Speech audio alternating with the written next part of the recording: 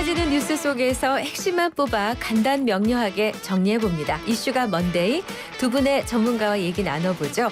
정치 분석계의 제갈량 최병천 소장, 보수의 핸섬가이 김기웅 전 대통령실 부대변인 모셨습니다. 어서 오세요. 어서 오십시오. 안녕하세요. 네. 들어가기 전에 하나만 여쭤볼게요. SNS를 무슨 용도로 쓰세요, 최 소장님? 글 올리는 용도로 올리는 쓰죠. 용도. 아하, 네. 남의 글을 보는 것도 하세요? 당연하죠. 두 가지 다 보고 쓰고. 우리 김기웅 부대변인께서는. 저 기자 시절에는 페이스북에 글 올리면 댓글 너무 연연하는 것 같아서 네. 안 하다가 네. 선거 때는 좀 어쩔 수 없이 하게 됐는데 네. 아주 뭐 자발적으로 하지는 않은데요. 그래도 네. 좀 해야죠. 그렇군요. 두 분 다 심플하게 그냥 보고 올리는 네, 그런 예. 정도로. 상처받을 일은 별로 없으시겠네요. 근데 제가 들어오기 전에 말씀하신 거 봤는데 네. 이게 보면 예전에 소확행이라는 게 네, 있었잖아요. 그렇죠. 소소하지만 확실한 확실한. 행복. 네. 근데 이제 소확행도 어떻게 보면 자꾸 뭐를 이제 뭔가 행복을 보여줘야겠다는 그런 강박관념에 그럴싸한 것들을 막 찍어서 올리더라고요. 네. 그래서 요즘 그게 아주 보통의 하루 해서 아보하. 뭐 이것도 좋긴 하는데 그런 어떻게 보면 비교하지 않고 과하게 해석하지 않아도 네. 이 평범한 그래요. 이런 것들이 좋다. 그런 뭐 어떤 키워드도 있다. 그래요. 괜찮다 그거 아보하. 네. 갑자기 물어보신 이유라도 아니요 그냥 저희 오프닝을 했어요. 그것 때문에 불행해지는 사람들이 맞아요. 있다 그래서 비교질 당해가지고. 소장님이 그렇죠. 네, 소장님 궁금했거든요. 네, 알겠습니다. 자 본론 얼른 본론 가겠습니다. 자, 우리 주말을 기점으로 이제 선거가 이제 복전에 오다 보니까 그런지 모르겠는데 한동훈 대표의 대통령실을 향한 발언 수위가 점점 그 레벨이 높아지고 있습니다. 특히 이제 일요일에는 대통령실의 인적 쇄신 요구와 관련해서 사실상 그거 이제 김 여사 라인 교체를 요구한 것 아니냐. 이런 해석까지 지금 나오고 있어요. 그러다 보니까 신주호 전략기획 부총장은 맞다라고까지 시인을 했는데 네. 이 부분은 어떻게 보세요? 저는 이제 한동훈 대표가 인적 쇄신을 얘기하고 그 측근인 이제 신주호 부총장이 이제 그 한남동 라인이라고 네. 얘기를 했는데요. 네. 저는 개인적으로 그런 부분에 어떤 변화를 얘기할 수는 있는데 네네. 이게 프레임이 딱 정해지는 거잖아요. 한남동 라인. 네. 그러니까 사실 여부와 떠나서 야당이 공격하기 좋은 소재를 딱 만들었다. 그러니까 네. 제가 다른 자리에서도 얘기를 했지만 이제 김대남 전 행정관이 십상시를 얘기했는데 십상시에 언급되는 그 이른바 몇 분을 네네. 제가 누구보다도 잘 잘 아는데 아시겠죠. 예. 같이 이제 무엇보다도 이제 일정과 메시지 수행을 했던 분들이라 선거 네. 때부터 그거는 당시 후보와 지금의 대통령과의 관계가 좀 편하게 얘기할 수밖에 없어요. 실무적으로. 네. 근데 그거를 제3자가 봤을 때는 좀 30, 40대 젊은 분들이 좀 과도하게 뭐 수석이나 다른 분들보다 대통령과 친해 보일 수 있거든요. 네. 근데 그거와 다른 거거든. 근데 이거를 또 한남동 뭐 라인 이렇게 네이밍을 얘기해 해버리니까. 그렇죠. 그러다 보면 그냥 뭐 있는 거 아니야? 네. 그게 더 쉬워질 수 있으니까 저는 뭐 여하튼간 뭐 김건희 여사 관련해서 문제 제기를 할 수 있고 그런데 이게 막연하게 익명으로 아니면 프레임으로 한남동 라인보다는 차라리 문제가 있는 사람이 있으면 네. 직접적으로 얘기를 하고 그거에 대해서 명확한 팩트를 가지고 얘기를 하는 게 낫다 차라리. 네. 저는 개인적으로는 그렇게 봅니다. 네. 최 수장님 어때요? 이게 지금 한남동 라인 또는 뭐 김건희 여사 라인이 이제 일단은 업무 적합성이 중요한 것 같아요. 어떤 일을 하다 보면 이제 친해지는 사람이 있기 마련인 건데 단순하게 그냥 그 다 어차피 이 대통령실이나 이런 데는 이제 이러저런 인맥들이 있기 마련이거든요. 네. 근데 이제 이 능력이 안 되는 사람이 꽂혔는지 아닌지가 하나가 있고 더 중요한 거는 무슨 김건희 여사 라인 교체가 중요한 게 아니라 김건희 여사 교체가 필요한 것 같아요. 뭐 사람을 바꿀 수 없지만 네. 그 이제 이 활동자들을 얘기했었잖아요. 네. 근데 지금 문제는 뭐 라인을 바꾸든 안 바꾸든 다른 사람이 들어가든 안 들어가든 이 사람들이 뭐 잘못된 정보를 전달하면 얼마나 잘못된 정보를 전달할까 싶고 김건희 여사 자체가 논란의 핵심인 거거든요. 그래서 사람들의 관심사는 김건희 여사가 좀 뭔가 활동을 자제하거나 뭐 지금 사과선을 넘어질 정도인데 여러 가지 사법 처리 논란 그래가지고 뭐 이 지금 김영선 공천 과정에서 개입한 거 아닌가. 명태균 씨를 여러 가지 발언이라든가 도이치모터스 문제도 그렇고 그래서 김건희 여사 자체가 국민들로부터 여러 가지 의혹을 받고 있는데 활동을 열심히 하고 그리고 대구 경북에서도 김건희 여사에 대한 특검이 여론이 50%가 넘거든요. 이런 점을 고려할 때 라인 교체를 하든 안 하든가 무관하게 김건희 여사 자체의 문제를 일정한 정도 수습하지 않으면 이 사태는 그냥 계속 갈 것 같다. 교체란 단어는 아니신 거죠? 그렇죠. 깜짝 제가 놀랐어요. 일부러 이제 제가. 약간 변화, 예, 쇄신 뭐 어떻게 이런. 그러면 부인을 교체하는 것처럼 해버리기 때문에 그러니까요. 네. 그런 걸 요구하는 건 아니고 네. 활동 교체인 거죠. 일종의. 알겠습니다. 근데 대통령실은 일단 침묵하는데 이게 기분 좋을 리가 없겠죠. 그렇게 할 것 같은데 사실 인사권이라는 거는 대통령의 고유 권한이지 않습니까? 네.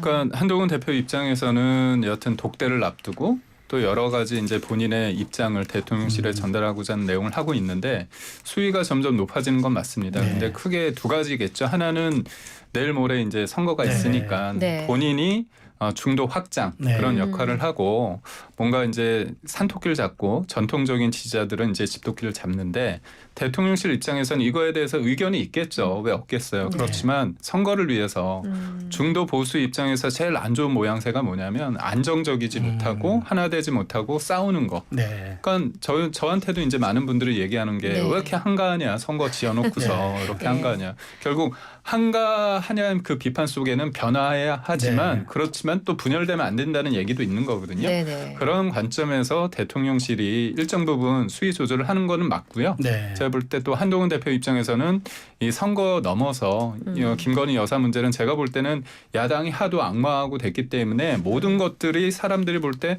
혹시 하다가 이제 여러 가지 생각이 많아지거든요. 그러다 보니까 이제 속상하니까 좀 여사가 좀 안 나왔으면 좋겠다 이런 분위기가 있어요. 근데 대통령실 입장에서는 그런 분위기가 있더라도 막을 건 막고 네. 문제가 있으면 사과하고 그런 부분에 대한 뭐 약간의 이런 가름마가 필요한데 네. 야당이 공격하는 와중에 국정감사 그 와중에 이런 거를 얘기하다 보면 과하게 저쪽에 힘을 실어주는 분위기 아니냐. 그거에 대한 어떤 조금 서운함과 네. 약간 그런 것들이 있을 수밖에 저는 없다고 봐요. 네. 그래서 문제는 뭐냐면 독대를 하더라도 네. 그런 서로 간에 변화할 수 있는 여지, 이해할 수 있는 여지 그 공간을 일종의 여백이죠. 서로 네. 간에 그걸 해야 되는데 지금 한동훈 대표는 좀 세게 하고 있다. 네. 그게 그런 슈잉을 통해서 선거를 위한 거. 그 부분은 익숙해져 할 수 있는데 네. 독대를 했을 때 독대마저 어그러지게 되는 상황까지 되면 안 된다. 네. 저는 그렇게 생각합니다. 지금 말씀하신 것처럼 타이밍이 한동훈 대표가 왜 이렇게 센 수위의 발언을 할까? 그러니까 선거가 목전이란 말이에요. 그래서 혹시 친윤계에서는 이거 선거에서 졌을 때 대통령실로 책임을 지우려는 어떤 그런 전략적 포석 아니냐. 그러다 보니까 뭐 나경원, 권성동 의원 할 것 없이 그런 식으로 이제 말하자면 윤석열 정부 공격한다고 해서 본인에게 장밋빛 미래가 오는 것 아니다. 그것까지 얘기합니다. 이 부분 어떻게 보세요? 선거 때 질 경우 이거는 뭐 한동훈 대표는 전혀 관계없고 윤석열 대통령 책임이다라고 생각할 사람 별로 없을 것 같고요. 아 그래요? 네. 다만 이제 분명한 거는 지금 윤석열 대통령과 윤석열 대통령과 한동훈 대표의 관계를 고려할 때 윤석열 대통령이 국정의 주도권을 갖고 있는 건 명백하거든요. 네. 지금 한동훈 대표가 대표는 됐지만 당을 장악했다라고 생각하는 사람 아무도 없잖아요. 그래서 그리고 또 당이 뭔가 국정을 좌지우지하고 있다고 생각하는 사람은 아무도 없기 때문에 대통령실에서 더 큰 책임이 있는 건 명백하다고 봐야 되죠. 한동훈 대표가 이 얘기를 잃지 안 하더라도 네. 안 하든 하든 그러면 최근 우리가 한 일주일, 2주일간 나왔던 뉴스를 생각해 보면 명태균 관련된 뉴스라든가 김대남 비서관 관련된 뉴스라든가 그런 뉴스가 지배적이었잖아요. 네. 한동훈 대표가 아무 얘기 안 했다라도 나오는 얘기였거든요. 그런 점에서 한동훈 대표가 김건희 여사 문제를 제기하든 안 하든가 무관하게 네. 이번에 선거를 질 경우 아마 국민 대부분 또는 국민의힘 지지자들조차도 김건희 여사, 명태균 씨 논란, 김대남 전 비서관 논란, 그다음에 그거에 대해서 뭔가 유야무야한 윤석열 대통령의 책임 이런 사람이 책임을 제기하는 거는 네. 제가 보기엔 한동훈 대표의 이거 여부와 무관하게 사실상 정해져 있는 걸로 봐야 된다. 그런 생각이 듭니다. 그래서 이것 때문이라고 보기는 그리고 그렇게까지만 이렇게 잔대가리고 굴리고 그런 거는 정말 잔머리. 예, 잔머리를 그거는 뭐랄까 어지간한 정치인도 그 정도로 이렇게 너무 좀 얕음인데 네. 뭐 그 정도까지일 거라 생각하지는 않습니다. 일반적으로. 그러니까 이건 한동훈 이번 선거는 승패 관계없이 한동훈 대표의 책임이다. 뭐가요? 그러니까 이번 만에 윤석열 대통령이 책임, 그렇죠. 윤석열 대통령이 책임이다. 윤석열 대통령 책임을 봐야 되는 거죠. 아, 네. 비율로 보면 어떠세요? 비율, 퍼센테이지로 보면. 최소한 뭐 8대 2는 된다고 봐야죠. 8대 2죠. 어떻게 보세요? 김기용 부대변인께서. 저는 사실 그 총선 이후에 누구 네. 책임이냐 가지고 얘기할 때 저는 좀 당혹스럽거든요. 곤혹스럽거든요. 네, 네. 근데 지금도 그렇게 되는 건 맞지 않다고 봅니다. 그러니까 예를 들면 지금 대통령실이 한동훈 대표의 어떤 그런 공세, 뭐 어떻게 보면 이렇게 강하게 네. 푸시하는 거에 대해서 꾹 참고 네. 선거 결과를 기다렸다가 너 책임이야 네. 이렇게 얘기한다고 한다면 대통령실도 그런 것 아니라고 보고요. 아니다. 네. 저는 지면 둘 다 책임이 있다고 봅니다. 그거를 몇 대 뭐 몇? 저는 다 50대 50이라고 50대 봅니다. 50. 왜냐하면 대통령실의 어떤 변화 그런 네. 측면에 있어서 좀 그러니까 국민들이 좀 실망하는 부분이 있죠. 하지만 여튼 그래도 선거는 당대표가 치르는 게 있기 때문에 네. 본인이 또 주도적으로 한 부분이 있기 때문에 저는 그렇고 저는 근데 이거는 국민들의 평가가 그렇게 될 수 있지만 서로 간에 몇 퍼센트야 몇 퍼센트 이렇게 하면 안 되죠. 네. 그러니까 이거는 정치적으로 얕은 수익이 때문이도 그렇고 이건 정치적으로 이렇게 유불리를 따져서 얘기하는 순간 제가 볼 때 네. 그러니까 단순히 보궐에서 진 거를 넘어서 네. 그거에 대한 책임 소재로 인해서 더 큰 패배를 맞이할 수밖에 없다고 봅니다. 자 그러다 보니까 이제 한동훈 대표 발언이 기점이 됐습니다. 민주당은 네. 최근 여당 내부 갈등에 이제 기름을 부은 격이 돼버린 거죠. 그러니까 한동훈 대표가 이미 이제 언급을 했겠다 해서 이걸 가지고 이제 특검 수용을 더 압박하고 이제 나서고 있는데 김민석 의원 같은 경우는 이제 여당 대표는 부채질하고까지라는 이제 표현을 썼어요. 이렇게 되면은 민주당은 그 차도살인입니까? 그러면 남의 칼을 빌려서 죽이는 건가요? 민주당 입장에서는 그런 면이 있죠. 뭐 차도살인이기도 하고 이의제이기도 하고 아니면 이제 꽃놀이 피이기도 하고. 네, 네.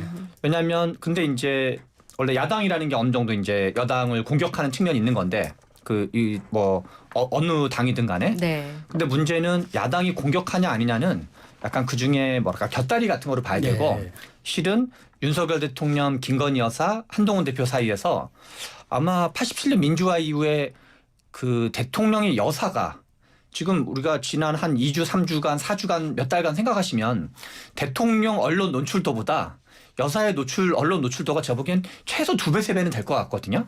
그러니까 기사량을 말씀하시는 그렇죠. 거죠. 기사량이라든가. 일정 소화가 아니라 기사량. 그렇죠. 네. 아니 기사량도 그렇고 약간 바이럴이라 그럴까요? 우리가 회자되는 걸 하면 아마 여기 그동안 쭉 다뤘던 그냥 아젠다만 한번 다시 재확인해 보셔도 네. 여기 이슈한 피플에서도 김건희 여사 얘기가 어느 정도 더 많이 거론됐으면 거만이 됐지 절대 대통령보다 덜 거론되지 않았을 것 같거든요. 이거 자체가 비정상이라는 거죠. 그래서 민주당이 하고 있는 건 그런 이미 비정상인 거를 짚는 걸로 봐야 되는 거지. 이게 이제 없는 게 갑자기 민주당이 짚어서 발생한 문제는 아니다라는 거죠. 그렇군요. 근데 박정훈 의원이 오전 인터뷰에서 오늘 용산하고 대표하고 이 독대 일정을 조율한다더라. 이제 네. 그러면 한 대표가 들어가서 할 얘기는 김 여사의 활동 자제, 인적 쇄신, 의료 개혁 요 정도일 텐데 대통령이 어느 정도 받아들이게 될까 이게 또 관심사입니다. 이게 보면 이제 일을 풀어가는 방식에 있어서 제일 중요한 게 how to잖아요. 어떻게. 네. 그렇죠. 근데 이제 한동훈 대표가 대통령을 잘 안다고 본인이 많이 말씀을 하셨기 때문에 잘 풀어가는 거는 정치적인 그런 부분에 대해서는 부담은 전 한동훈 대표도 있을 것 같고요. 네. 대통령이 또 지금의 상황에 대해서 풀어가야 되는 국정 책임자로서의 네. 역할, 정치력을 또 발휘해야 되는 몫이 있는 거죠. 근데 이제 저는 김건희 여사의 어떤 입장 표명은 좀 필요하고 활동 자제에 대해서는 일정에 대해서는 저는 개인적으로는 이거에 대해서는 여사가 굳이 그 뭐 기자회견에 될지 뭘 모르겠지만 거기에서 언급할 이유는 없다고 봅니다. 왜냐하면 본인이 필요에 따라서 참 본인이 결정을 해서 굳이 말을 안 해도 행동으로 보여주시면 되거든요. 그리고 제가 요 자리를 빌려서 좀 말씀드리자면 김건희 여사가 비공개 일정 중에서 되게 낮은 행보를 하는 게 많습니다. 근데 네. 그건 비공개 행보이기 때문에 알려지지 않잖아요. 않는 거죠. 네. 뒤늦게 알려진 것도 있지만 결국은 그런 식으로 해왔고 공식적인 일정은 그런 메시지를 통해서 사람들한테 알리고자 하는 메시지가 있는 거죠. 그러니까 네. 저번에 자살 예방의 날 같은 경우는 야당에선 지나치게 뭐 여사가 대통령 행사했다고 했지만 그게 일회성이 아니라 작년에도 비슷한 일정이 있었고 자살 예방이라는 측면에 대해서 여사가 갔기 때문에 기사화되는 거 아닙니까? 네. 그러니까 다시 한번 사람들이 생각하는 네, 순기능적 그렇죠. 측면이 있다. 그런 네. 면이 있는데 저는 그렇습니다. 그러니까 정도의 문제가 있어요. 여사가 지금 야당의 공격받는 지점, 국민들이 좀 아쉬워하는 지점이 있어요. 그 지점과 야당이 하나부터 열까지 던지는 여러 가지 유혹과는 간극이 있습니다. 그런데 이 부분에 대해서 디테일하게 좀 하면 좋은데 한동훈 대표 입장에서는 이거에 대해서 조금 여론이 안 좋다 보니까 이거를 좀 너무 덩어리채 가는 거 아닌가에 대한 아쉬움이 있는데 저는 분별적으로 해야 된다고 보고 저는 야당에 말씀드리고 싶은 게 뭐냐면 지금 대통령에 대해서 문제 제기한 거 별로 없잖아요. 그만큼 여사를 공격하면 되지 대통령에 대한 것들은 한계가 있다는 걸 알거든요. 네. 그리고 정책적인 면에 대해서 그다지 비판할 게 별로 없습니다. 네. 그러니까 그래서 저는 역으로 말씀드리는 게 그러다가 여사가 사과를 하고 일정을 중단하면 네. 야당은 그다음에 뭘 공격할지 네. 닭조통 개 지붕 쳐다보는 격이 될 수 있다. 그래서 지나치게 김건희 여사에 올인하는 측면이 저는 맞지 않다고 봅니다. 자, 근데 최수현 소장님, 근데 지금 말씀하신 것처럼 이제 여사에 대해서 민주당이 지금 어떤 공격 포인트를 잡아서 하고 있는데, 그럼 한동훈 대표가 이제 이거를 지금 뭐 말하자면 극복하기 위해서 독대를 하는 것 아니겠어요? 그럼 어느 정도 독대 의제가 나올 걸로 해서 어느 정도 선에서 독대 의제가 양측이 조율할 걸로 해서 되세요? 좀 재밌는 부분은 그동안 이제 독대 요청을 한동훈 대표가 했는데 이제 대통령께서 거부를 했잖아요. 그리고 한동훈 대표가 무엇을 제기할 건지를 알기 때문에 거부했다는 얘기가 그동안 흘러나왔던 얘기인데 김건희 여사라든가 의대 정원 논란이라든가 등등은 다 이미 다 얘기된 거 아니냐. 네. 근데 그런 거를 아는데도 이번에 다시 독대를 받았다는 거거든요. 네. 그래서 한동훈 대표 입장이나 그런 거 어떻게 보면 바뀐 게 없어요. 그리고 이제 뭘 얘기할 건지라는 것도 우리가 다 네. 예상 범위 안에 있는데 그러면 경우의 수는 두 가지인 것 같아요. 하나는 그냥 뭐랄까 만나는 제스처만 취한다 그럴까요? 이재명 대표랑 만나가지고 평행선을 서로 보여준 것처럼 하나는 윤석열 대통령이 자꾸 한번 만나니까 내가 만나는 줄게 이런 식으로 해가지고 이제 그냥 평행선만 하면 그 경우의 수가 하나가 있고 네. 두 번째는 뭔가 야 그래도 한번 터놓고 얘기해보자. 네, 네. 자꾸만 왜 그러는지 뭐 이게 건너는 들었지만 그 직접 한번 들어보자. 이 두 가지 경우의 수가 있는데 다만 그동안 보여줬던 윤석열 대통령 어떤 스타일 네. 그런 걸로 봤을 때는 이렇게 뭔가 좀 반박자 늦고 그리고 뭔가 이렇게 뭔가 정치적으로 이렇게 뭔가 좀 뚫고 나가는 느낌이 별로 없거든요. 약간 좀 정말 고구마 같은 느낌을 주시는 분 중에 한 분인데 그런 점에서 저는 뭔가 이렇게 뚫고 나가면 좋은 일이라 생각이 드는데 네. 그거는 뭐 국민들을 위해서 좋은 일이니까 네. 그러나 실제로 그렇게까지 될까는 약간 좀 반신반의입니다. 그 전자에 가까울 것이다라고 그런 저는 느낌이 좀 드는 거죠. 네. 네. 자, 국정감사도 이어지고 있는데 여당은 야당의 동행 명령권 남발에 대해서 반발을 했고요. 야당은 김 여사를 향한 공세 수위를 더 높이고 있는 상황입니다. 예, 먼저 여당은 야당이 입맛에 맞는 증인 채택을 일방적으로 밀어붙이고 있다 이렇게 비판합니다. 어떻게 보세요? 저도 수치는 정확히 생각이 안 나는데 네. 야당이 100건 네. 증인 채택하면 여당은 한 건. 그게 아. 법사인가요? 그런 것 같아요. 네. 여러 상임위도 마찬가지로 되는데 저는 증인 채택에 있어서 지금 뭐 표현이 그렇지만 192대 108석 차이라면 네. 뭔가 2대1 정도는 돼야 되지 않나 생각이 드는데 예. 그냥 뭐 상임위 의석수가 그러다 보니까 일방적인 게 되고 있고요. 저는 증인도 마찬가지지만 동행 명령 있지 않습니까? 네네. 이 부분이 되게 큰 문제라고 봅니다. 왜 그러냐? 이게 보면 그때 현재 이제 돈봉투 사건 관련해서 네. 민주당 쪽에서 지금 검찰 수사에 임하지 않고 있거든요. 전화에도 이제 오지 않고 있습니다. 근데 문제는 국감장에서 그 관련해 김영철 검사인가요? 동행 명령하는 네. 거잖아요. 네. 그렇다면 본인들은 수사 당연히 받아야 될 사람들은 국회의원이기 때문에 안 나가고 있죠. 일반 사람들이 그러기 힘들잖아요. 그러니까 본인들의 그런 어떤 면책특권이라고 할까요? 누릴 건 다 누리면서 네. 그러면서 이제 자기가 또 상임위에서 또 동행 명령에서 그 담당 검사를 부른다. 그거는 말이 안 되지 않습니까? 그리고 또 네. 행안위 쪽에서도 경기도의 한 민주당 의원 같은 경우는 본인 수사했던 네. 경찰서장하고 그 관계자들을 불렀다가 네. 문제가 되니까 철회하기는 했습니다. 네. 네. 결국은 본인의 어떤 사적 보복을 위해서 이런 걸 하고 있다는 측면에서 볼 때는 이거는 동행 명령에 대해서 이걸 해야 된다. 그거를 민주당이 그거를 본인들의 어떤 주장에 대한 어떤 정당성을 확보하기 위해서라면 검찰 수사부터 먼저 받는 게 맞다. 저는 그렇게 봅니다. 네. 자, 그때 이제 뭐 그 김건희 여사의 이제 각종 의혹이 윤 대통령의 탄핵 사유가 되는지를 두고도 지금 여야가 충돌하는 모습을 보이는데 지금 좀 전에 이제 김기현 부대변인이 이렇게 너무 그 여사에 대해서 공격하다가 어느 날 여사의 공격 소재가 사라지면 어떻게 할 거냐고 이제 물었는데 근데 야당은 그럼에도 불구하고 물러설 기세가 없이 국정농단 의혹까지 제기하면서 최순실 이른바 최서원 씨 그 박 전 대통령의 탄핵 사례까지 소환하면서 아주 계속 수위를 더 올리고 있는 상황입니다. 그러니까 물러설 생각이 전혀 없어 보이는데 이게 온당한 전략이라고 생각되세요?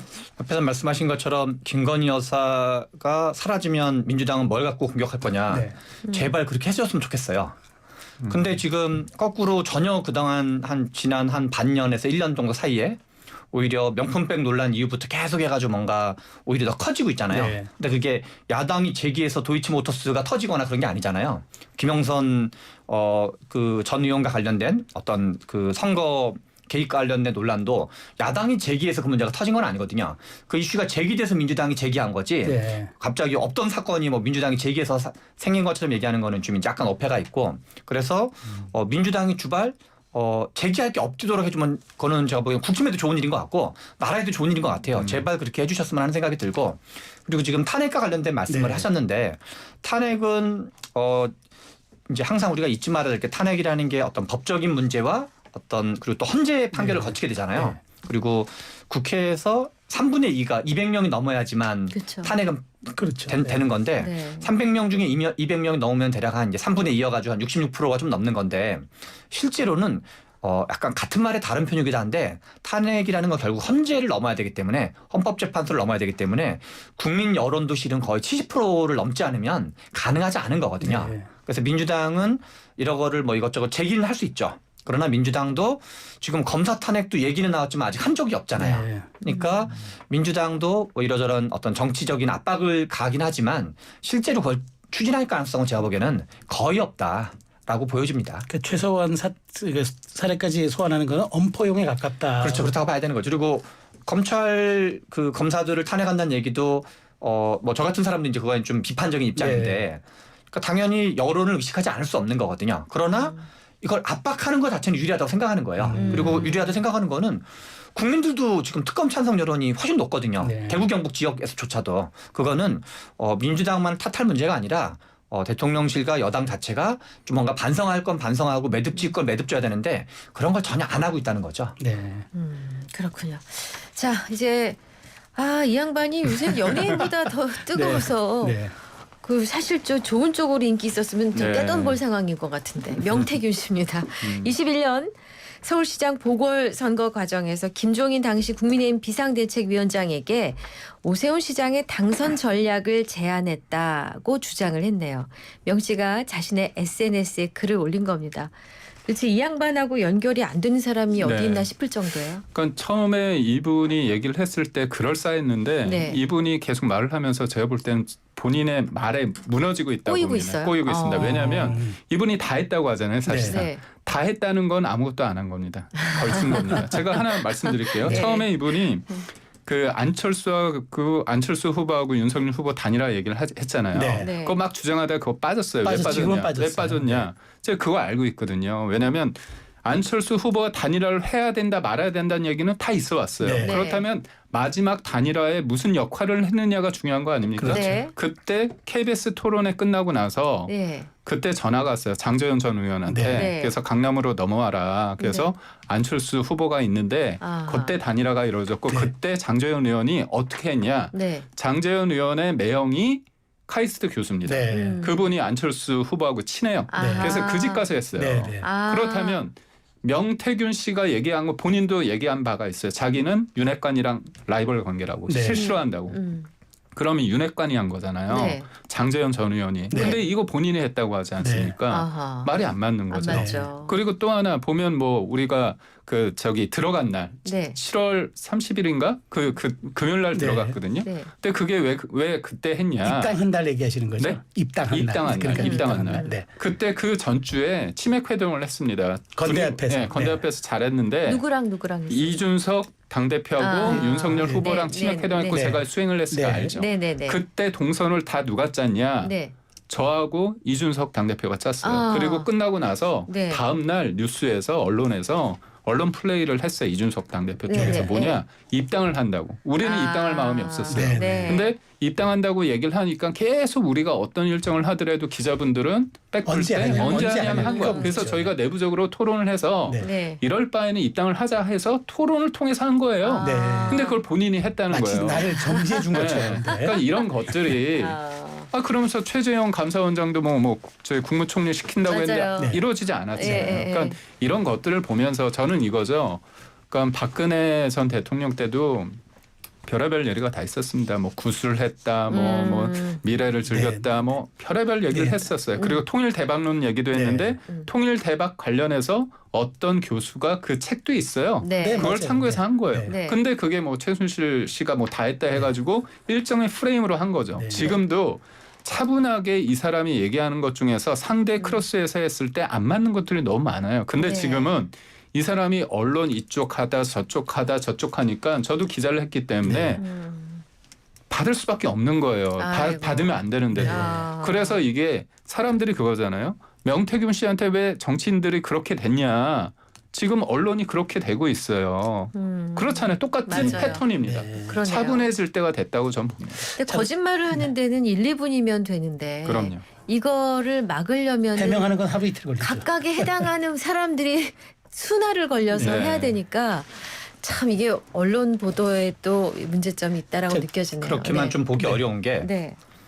용산 대통령실에서 2번 해명한 거예요. 네, 용산 네. 대통령실 명태균 씨와 관련 해명하기를 네. 2번 만났고 한 번은 이제 고위급이었던 이준석 대표가 소개해서 만났었고 네. 또 한 번은 이제 그 박한수 전 지사가 소개해서 만났다. 네. 근데 그거를 그날 바로 2명 다 그것이 사실이 아니다고 얘기를 했어요. 네.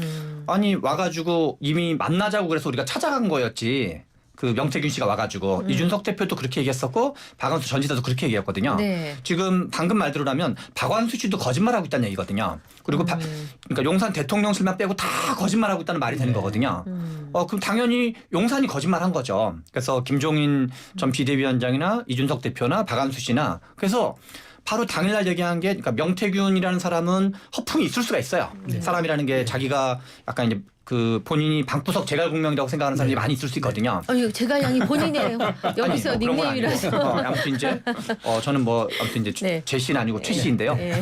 아무튼 그래서 명태균 씨가 얘기한 것 중에는 과장도 있고 허풍도 있을 수 있죠. 네. 네. 그런데 용산의 대통령실 말 자체가 이렇게 너무 믿음직하지 못한 금방 탄로날 거짓말들 너무 많이 남발하고 있고 이미 만났다는 것만 해도 3번 이상이었었고 지금 현재 밝혀진 것만 해도 그리고 더 큰 문제는 지금 용산이 이 명태균이라는 사람들은 왜 이렇게 많이 주목을 하냐면 그럴듯하게 들리기 때문에 그런 거예요. 더 근본적으로는. 저는 지금까지도 도무지 이해가 안 가는 게 용산 대통령실로 이전하는 걸 왜 이렇게 무리하게 했는지.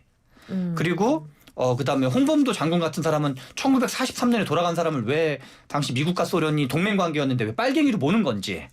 그리고 의대 정원 2,000명은 무슨 과학적 근거라는데 과학적 근거는커녕 보고서도 아무것도 없다는 거거든요. 회의록도 없고 아무것도 다 파기해버렸다고 얘기할 정도였고 그리고 대왕고래 요게는 그냥 딱 석유공사 사장 정도가 얘기하면 괜찮은데 대통령은 갑자기 대왕고래 얘기를 한 건지. 그래서 오히려 지금 제일 국민들이 많이 생각하는 건 점점점 관심이 높아지는 건 천공 같은 사람이 뭔가 관여하는 거 아니야?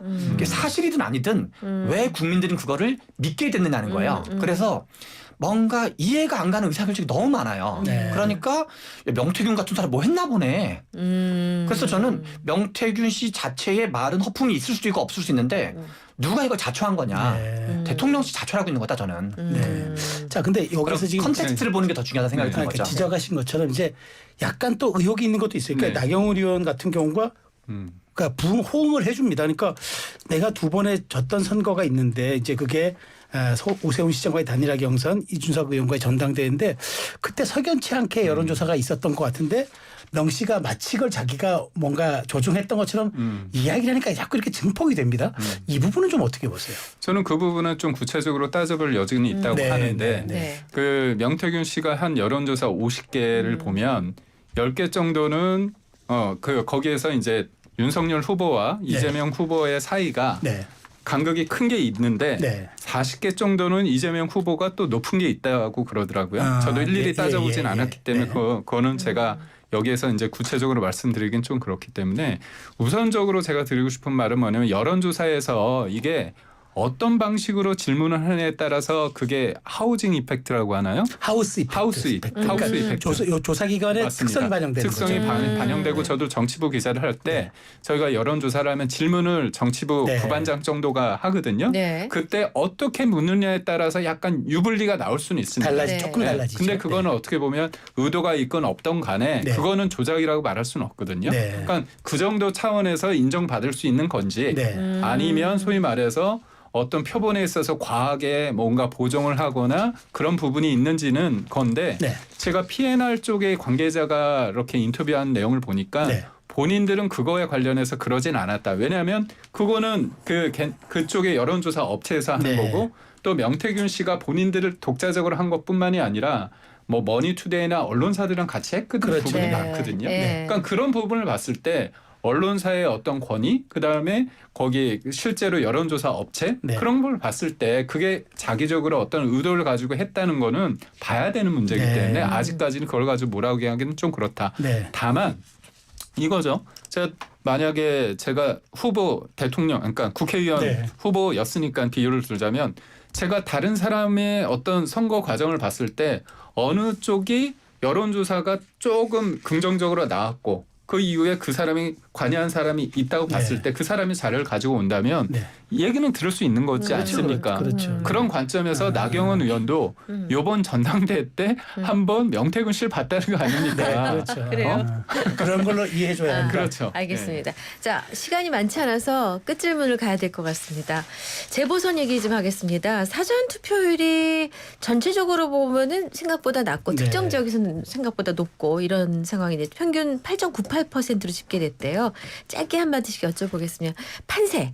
일단 교육감 보궐선거는 빼고 어떻게 보고 계십니까? 방금 말한 8.93% 자체가 교육감 선거가 포함되어 있는 거고요. 전체죠. 아, 네, 전체, 이거 전체. 자체가 좀 약간 네. 제가 보기에는 중심적인 맥락으로 보기는 어려운 것 같고 지금 이제 금정이 20% 정도 사전 투표율이 나왔고 네. 네. 그다음에 이제 곡성, 영광 이쪽은 한 40% 네, 그렇죠. 초반 정도가 네. 나왔는데요. 네. 그래서 실은 금정의 사전 투표율은 실은 예년과 고려하면 비슷하다고 봐야 돼요. 아. 2021년 그 우리 박형준 씨가 그 부산시장 당선될 때 네. 그때 사전 투표율이 이거랑 비슷했었거든요. 네. 그래서 예. 실은 이게 금정이 지금 마치 낮은 것처럼 보이지만 네. 금정이 평상시 수준이다. 수준이고 이제 그 호남 쪽이 유난히 지금 높은 거로 봐야 되는 거죠.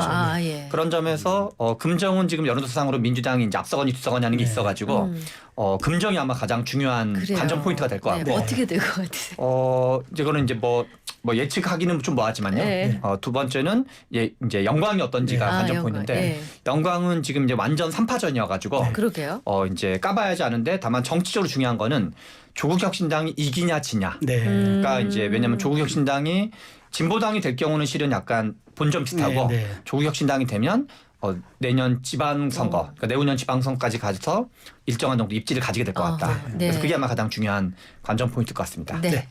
저는 사실 보면 이게 너무 거대 담론으로 보지 말고 네. 지역 일꾼을 뽑는 차원에서 본다면 금정 선거 같은 경우는 원인 제공을 국민의힘에서 하지 않았거든요. 네, 그렇죠. 어떻게 보면 직무 수행 중에 네. 뇌출혈을 뇌출혈. 순직하신 거죠. 순직하신 네. 거죠. 네. 근데 그걸 가지고 원인 제공을 했다 해가지고 프레임 씌웠다가 이제 말을 바꾸는 네. 그 부분에 있어서 제가 볼 때는 조금 변수가 어느 정도 있지 않을까 네. 싶은데 네. 사실 이제 보궐은 조직 싸움 아닙니까? 했을 네. 때 뭐 한동훈 대표도 마찬가지고 이재명 대표 조국 대표까지 가서 굉장히 제가 볼 때는 누가 긴장감을 잃지 않느냐의 네. 싸움인 것 같습니다. 알겠습니다. 자, 이슈가 먼데이 두 분과 함께했습니다. 최병천 신성장 경제연구소장, 김기용 전 대통령실 부대변인과 함께했습니다. 감사합니다. 잘 들었습니다. 고맙습니다.